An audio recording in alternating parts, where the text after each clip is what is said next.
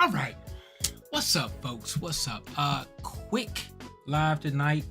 I said I'm gonna do one every day, so that's what I'm gonna do. Even if it's gonna be quick, even if it's gonna be 2 minutes, 3 minutes, 1 minute, 5 minutes, maybe 20 minutes. No, it's gonna be quick. So I'm super excited because today, so this is the script for I was using for ES, right? So it's supposed to be for the 5 minute time frame for ES. Unfortunately, I think I've had a conversation with you guys before about how TradeStation does not work well with like their paper money account. It doesn't seem to work too well. And so when I put the strategy together I had a strategy for maybe January the 3rd for ES, maybe January 2nd for ES on the 5 minute time frame. I put it together and it seemed to do pretty well. But then I tried to put it on ES and implement that show me into a strategy, put it onto ES. It didn't pull the trigger. It didn't get out where it was supposed to. When you put a strategy together in TradeStation's easy language, right? So I had the show me elsewhere, and then I took the information, the conditions from the show me, and I just dropped it over into the strategy right here, right? And so it should go pretty smoothly. You should be able to do the performance optimization report, the strategy optimization report, and then when you do the strategy performance report, you are supposed to be able to get some reasonable data, reasonable entry points. But I was getting trash. I was getting garbage, and I tried it. Typically, I'm using my paper money account, and so then I tried it with my real money account, and it still didn't seem to work right. It didn't work well. So I figured TradeStation has something going on with their features for sure, and with, like I said, the strategies and paper money. And let's put it this way: the system is not really set up for you to win.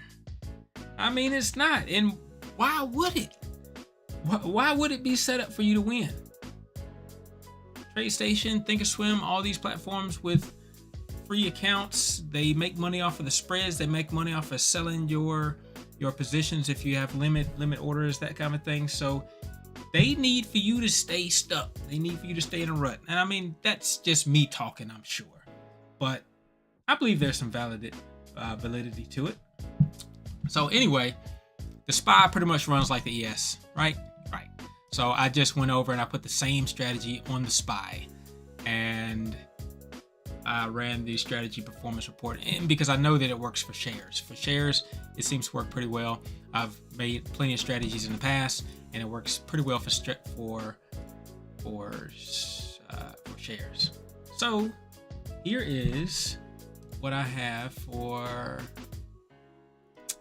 the performance summary, or here's the performance graph. So it only ended up taking 4 trades. Again, this is the 5 minute time frame, and I ran it for yesterday for the 3rd, based on the strategy I put together on the 2nd.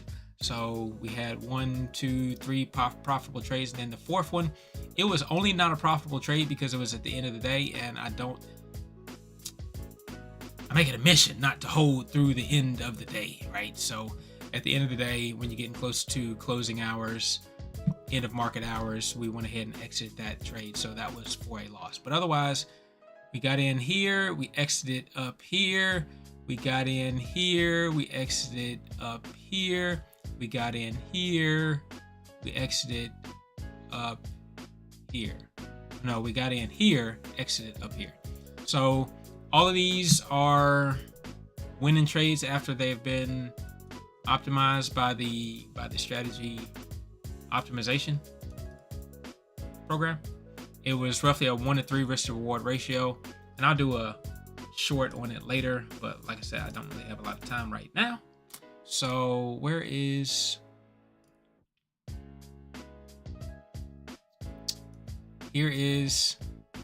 and I did run like a trailing stop, but it didn't seem to need the trailing stop. I had the trailing stop set up at one time. It didn't seem to need the trailing stop. It went out at the profit target. Otherwise, you can see on the code, I had a trailing stop. And so, and I said with this year, I'll be doing a lot more things. I'll be making more complex strategies. I won't be afraid to open Pandora's box. And so in the several months last year or so that I've been making strategies and implementing them, I've never used the trailing stop. So today I used the trailing stop, and it seemed to work out pretty well. Like I said, it didn't work out well for ES, but for SPY, it seems to be okay. So I may use it tomorrow, put it on one of the charts, and just let this strategy, just let it work and see what it does. I didn't do as well trading technically myself today. I think I was up only $150, and after commissions and everything, I was probably break even. I probably was under 150. I was at one time I was up $1,000, and I just gave it all back. You know, some of it is me knowing that I'm not a professional yet and that I don't have it all down yet, so I still want to practice. And so actually all I'm really doing is practicing, right? And so even when I've already done well and I met what I wanted to meet for the day, which, like I said, my target is like $200 or $400. I was up at 1,000, but I still wanted to try stuff, look at stuff, work with entries, look at spread, look at the volatility. And I don't tend to look at those things unless I have a position on it.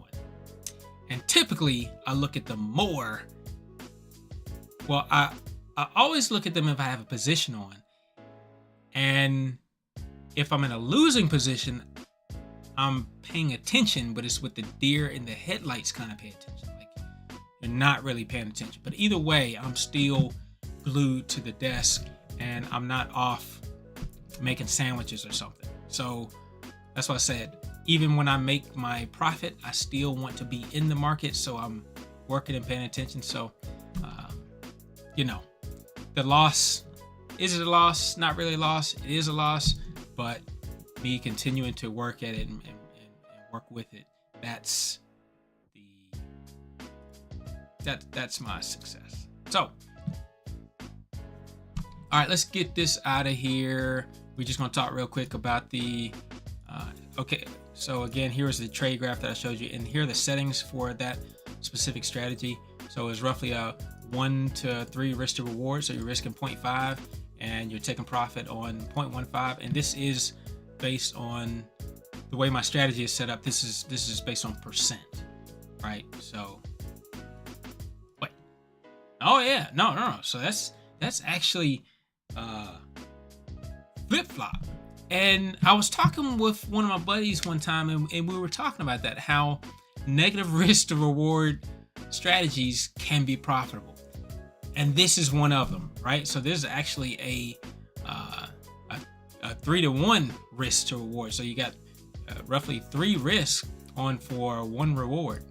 But that deeper stop loss allows you to not get stopped out and take this profit. Again, this is my first time making a strategy in probably 4 or 5 months. So I just wanted to put some pen down to the paper because I've been making these studies and I wanted to move them over to the strategies. And I changed some stuff on my strategies, some of the verbiage and some of the logic where things were placed, where counters were placed. I changed a lot of that around. So I'm just kind of getting my feet wet, but either way, I'm making progress. And another exciting thing is that I was able to, and this is something that I could not figure out last year. I could not figure out last year here on the 15-second trend time span. So I started, I think this is the one. I started working on this trend line, and we'll put it on ES.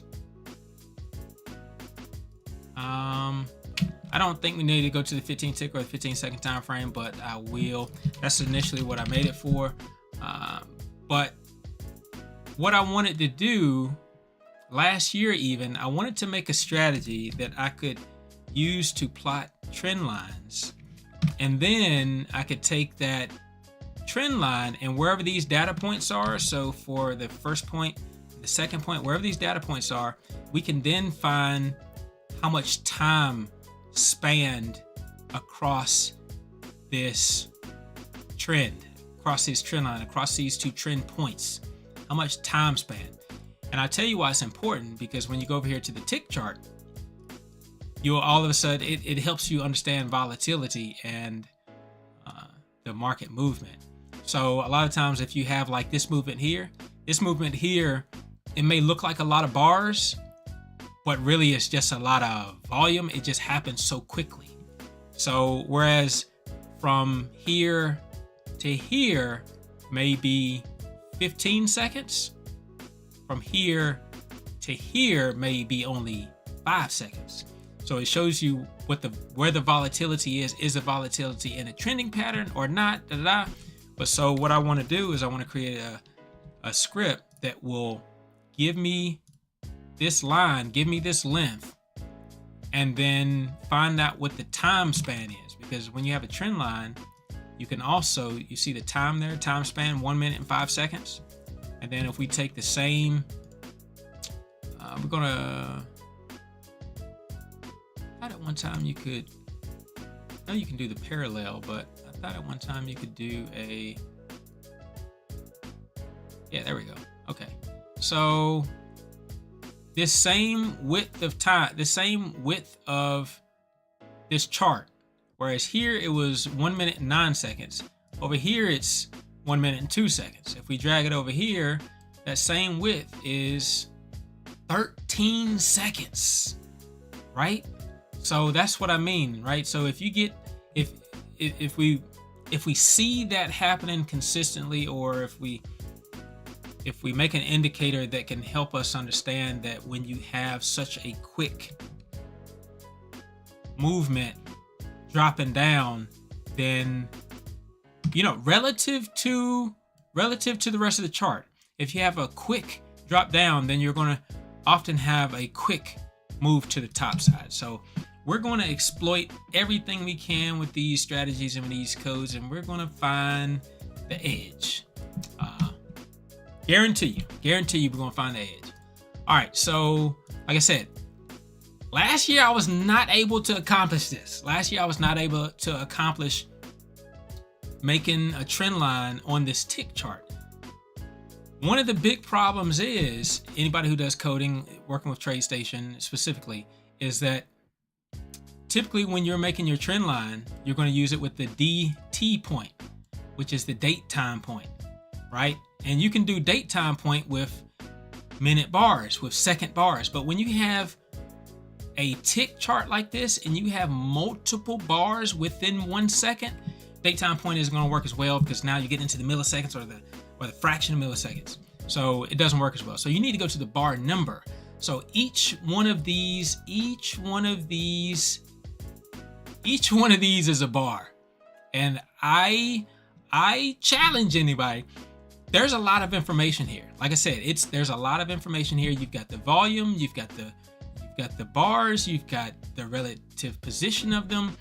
Now on this chart, you can see how much time has elapsed, but you can't, like, as the chart is moving, you can't go and draw a trend every time, and draw a trend every time, and draw a line every time. So we're going to use the logic of TradeStation to do it for us, and I'm gonna put it together tomorrow. But one of the biggest problems I was having, being unable to use bar number point, is you have to use the bar number, and I'll probably do a video for it, and we'll talk about it later. But man, the number of months I've stared at this specific script to try to get it right, unable to do it, spent many hours today, finally got it right. So I think part of it has to do with that I reset the count down here. So count B is counting the number of bars that you have in between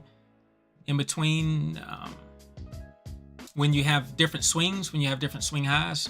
So we're looking at the swing high. and you're going to count the number of bars in between the swing high. And when you get that number of bars, that's when you're able to reference back to the first bar, so you can get your first data point, second data point. Now you got your trend line. So I'm just going to apply this to the current tick chart and see what we get. I haven't even applied it to the tick chart yet, because when I got this, when I figured it out, I was like, yep, done. Gonna take a break. You gotta give yourself some time, especially with this kind of coding programming stuff. You gotta give yourself a break, mental break. All right, so one of the problems I was having before is that these data points were not lining up. They just weren't lining up, right? So the starting point wasn't lining up with the starting point. Like this line would be way at the top of the chart, or this line would be way over here, or this trend line would be in an ascending fashion, and the way I coded it, they should only be descending lines. But one of the things that I do enjoy about just looking at these is that when you're taking these breaks, I mean, I'm looking now, when it's like this one here, this break here didn't move very high over the trend line, but for the majority of the time, when you get over these trend lines, when you break over these trend lines, it's good. It's good. You've got more top side than you have downside. You've got more risk than you have reward, right? So if you look over this, when you broke over this trend line, look how much space you have at the top. Look how little risk you have. Look how much reward you have. When you broke over this one, look how much reward you have. Look how little risk you have. When you, let's see, this one cut through. I don't even know where the second point was on this one. Oh, it was right here. But that's way too close. So there's some cleaning up that I have to do for sure. So even here, when it broke through, there's upside, little downside. Of course, you still have to exercise risk management, but I'm excited about the potential that this has. So, like I said, what I'm going to end up doing is we can go here, and just to clean it up a little bit more, where it says trend L, we're going to extend to the right, true. We're going to turn that to false, and then that'll clean it up quite a bit. And so ultimately what I would end up doing is, and like I said, I haven't got this far yet in my logic, in my coding career. So what I'm going to end up doing, I know that I can set a display of the time span. Pretty sure the time span. So what I'm going to end up doing is creating the label that makes the time span show up. So then when you zoom out on the chart, you'll see, oh, this was 9 seconds. Oh, this was 7 seconds. Oh, this was 6 seconds, 5 seconds, 4 seconds. It's going down. It means something's about to happen, right? So just for kicks and giggles, I'm supposed to be off here. Wife is going to get me. But let's see. Is it easy enough to code that right now? Trend L dot label. There's a label. Set start, set endpoint, set start point. Show bar count, show bar count. We don't really need to know how many bars. Time span. Is it as easy as doing that, or do we need to do parentheses?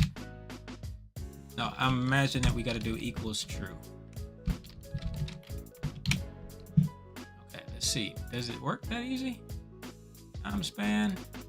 Well, it didn't show the time span, so Trendale dot show time span equals true.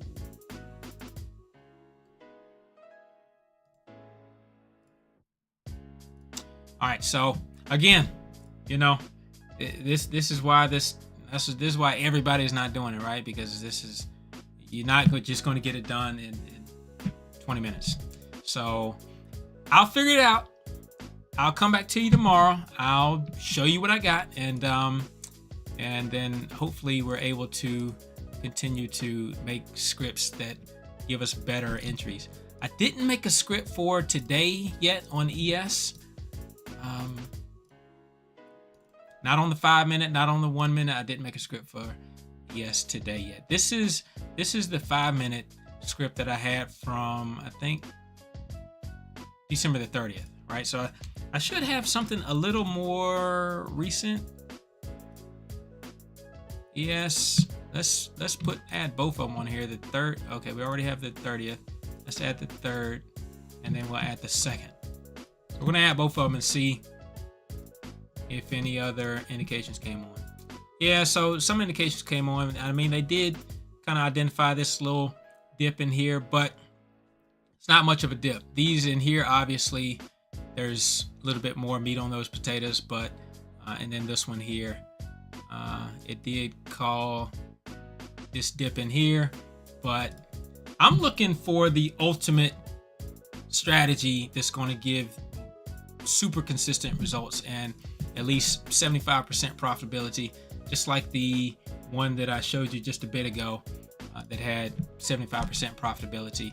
If we can get higher profitability, lower trades, excellent risk to reward relationship, then I think that's the way to go. So anyways, I'll put together a little short on just kind of what I was able to accomplish with the trend line, and then be sure to come back tomorrow. Like the video, subscribe so that you do get the alerts when I come on, because my aim, and I've already started doing it here and there, so I have a Discord set up, but I don't do much with it. I'm trying to figure out how to help you guys get this information, right? So whether or not I do screenshots on the YouTube posts, YouTube community posts, or whether or not I do a Discord where I just kind of share when I get these entries. But if you want to get some of these entries, if you trade ES, SPY, if you trade anything like that, which that's all that I'm focused on right now. So if you trade those and you are interested in getting some of these indicators as I come up with things that are really cool and that seem to have a great profitability and a risk to reward relationship efficiency, let me know. Shoot me a note in the comments, and we'll get it together. So for now, I had a good time today. I had a lot of successes, so that's what we are here. Success over stress, baby. Success over stress. All right, I'm Eric. I'm out.